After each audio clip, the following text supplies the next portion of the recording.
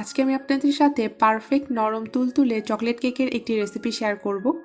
বেশ কিছুদিন ধরে আমার চ্যানেলে চকলেট কেক রেসিপির জন্য রিকোয়েস্ট আসছিল, তাই ভাবলাম রেসিপিটা আপনাদের সাথে শেয়ার করি।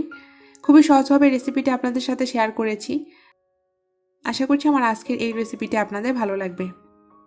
এবং আমার দেওয়া রেসিপিটি যদি আপনারা শুরু থেকে শেষ পর্যন্ত স্টেপ বাই স্টেপ ফলো করেন, তাহলে আশা করছি আপনাদের কেকটা একদম পারফেক্ট হবে। চলে যাচ্ছি কেক তৈরিতে। কেক তৈরি করার জন্য আমি এখানে রুম টেম্পারেচারে থাকা 4টা ডিম নিয়েছি। এখন একটা বড় বোলের মধ্যে আমি একটা একটা করে ডিম ভেঙে নিচ্ছি।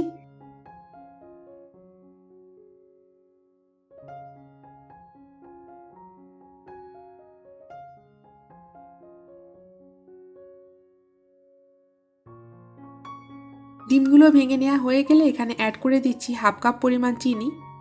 চিনিটা কিন্তু আপনারা আপনাদের টেস্ট অনুযায়ী বাড়িয়ে বা কমিয়ে নিতে পারেন।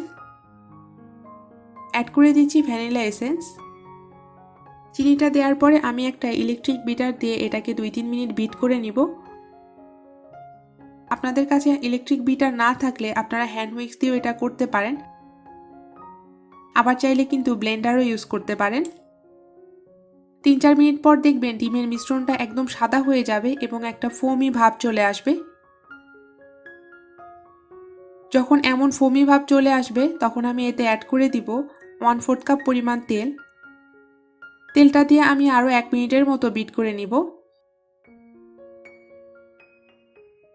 কেক তৈরির জন্য আমার তরল মিশ্রণটা প্রায় রেডি হয়ে গেছে। এটাকে আমি একটা সাইড করে রেখে দিচ্ছি। আর এদিকে আমি শুকনো উপকরণটা চেলে নিচ্ছি। একটা চালনিতে আমি দিয়ে দিচ্ছি 3/4 কাপ পরিমাণ ময়দা। 3/4 কাপ মানে 1 কাপের 4 ভাগের 3 ভাগ। 1/4 কাপ পরিমাণ কোকো পাউডার।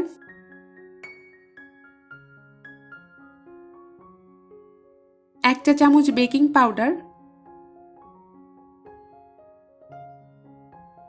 হাফ চা চামচ বেকিং সোডা।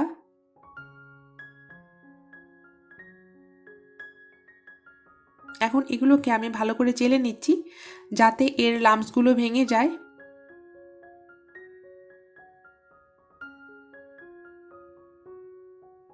কেক তৈরির জন্য আমার শুকনো উপকরণটাও রেডি হয়ে গেছে। এখন এটাকে আমি আগে থেকে সেই বিট করে রাখা তরল মিশ্রণে ঢেলে দিব।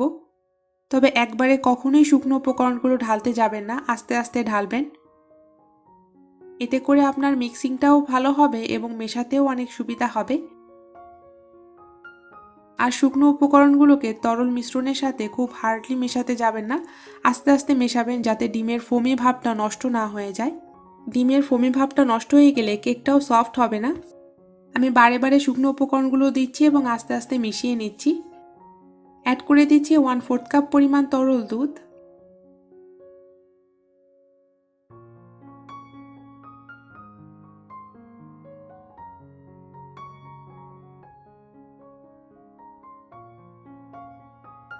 কেক তৈরির জন্য আমার ব্যাটারটা একদম রেডি হয়ে গেছে।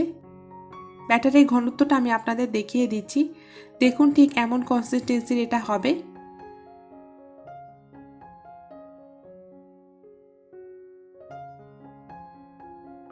এদিকে আমি যে পাত্রে কেক বানাবো সেই পাত্রটা আমি তেল দিয়ে ভালো করে ব্রাশ করে নিয়েছি এবং পাত্রের তলায় আমি কাগজ বসিয়ে দিয়েছি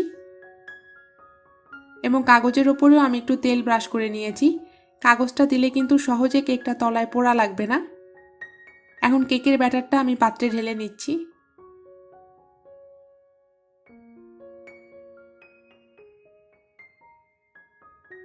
দুই একবার একটু ট্যাপ করে নেবেন যাতে এর এয়ার বাবলসগুলো বের হয়ে যায়।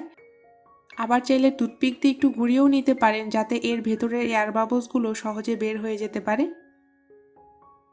আমি এখানে একটি প্যান 10 মিনিটের জন্য প্রিহিট করে নিয়েছি এবং এর মাঝে একটা স্ট্যান্ড বসিয়ে দিয়েছি।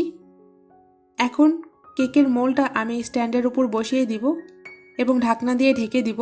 এখন চুলার জালটাকে মিডিয়াম লো করে আমি কেকটা বেক হতে দিব। আমার এই কেকটা বেক হতে প্রায় 50 মিনিটের মতো সময় লেগেছিল। তবে 30 মিনিট পর আমি ঢাকনাটা খুলে একবার চেক করে নিয়েছিলাম। এরপরও আমার আরও 20 মিনিট কেকটা বেক হতে লেগেছে। ফিরে এসেছি প্রায় 50 মিনিট পর। এখন একটা টুথপিক দিয়ে একটু চেক করে নিচ্ছি কেকটা হয়েছে কিনা। কেকটা আমার পারফেক্টলি হয়ে গেছে। এখন এটাকে আমি প্যান থেকে তুলে নিব এবং একটু ঠান্ডা হতে দিব। কেকটা মোটামুটি একটু ঠান্ডা হওয়ার পরে কেকের চারপাশটা আমি একটা ছুরি দিয়ে একটু লুজ করে নিচ্ছি।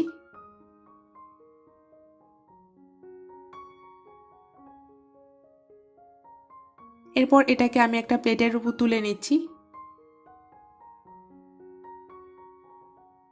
দেখুন আমার তৈরি কেকটা কতটা সফট হয়েছে এবং কতটা ফুলে উঠেছে। আমার রেসিপিটি সেম টু সেম ফলো করে বাসায় তৈরি করবেন। আশা করছি আপনাদের কেকও ঠিক এমনই হবে। আমি আপনাদের কেকটা একটু কেটে দেখাচ্ছি, দেখুন এটা কতটা সফট হয়েছে। আশা করছি আমার আজকের এই সহজ চকলেট কেকের রেসিপিটা আপনাদের ভালো লেগেছে। ভিডিওটি ভালো লাগলে অবশ্যই আমার চ্যানেলটি সাবস্ক্রাইব করে আমার চ্যানেলের পাশে থাকবেন। আল্লাহ হাফেজ।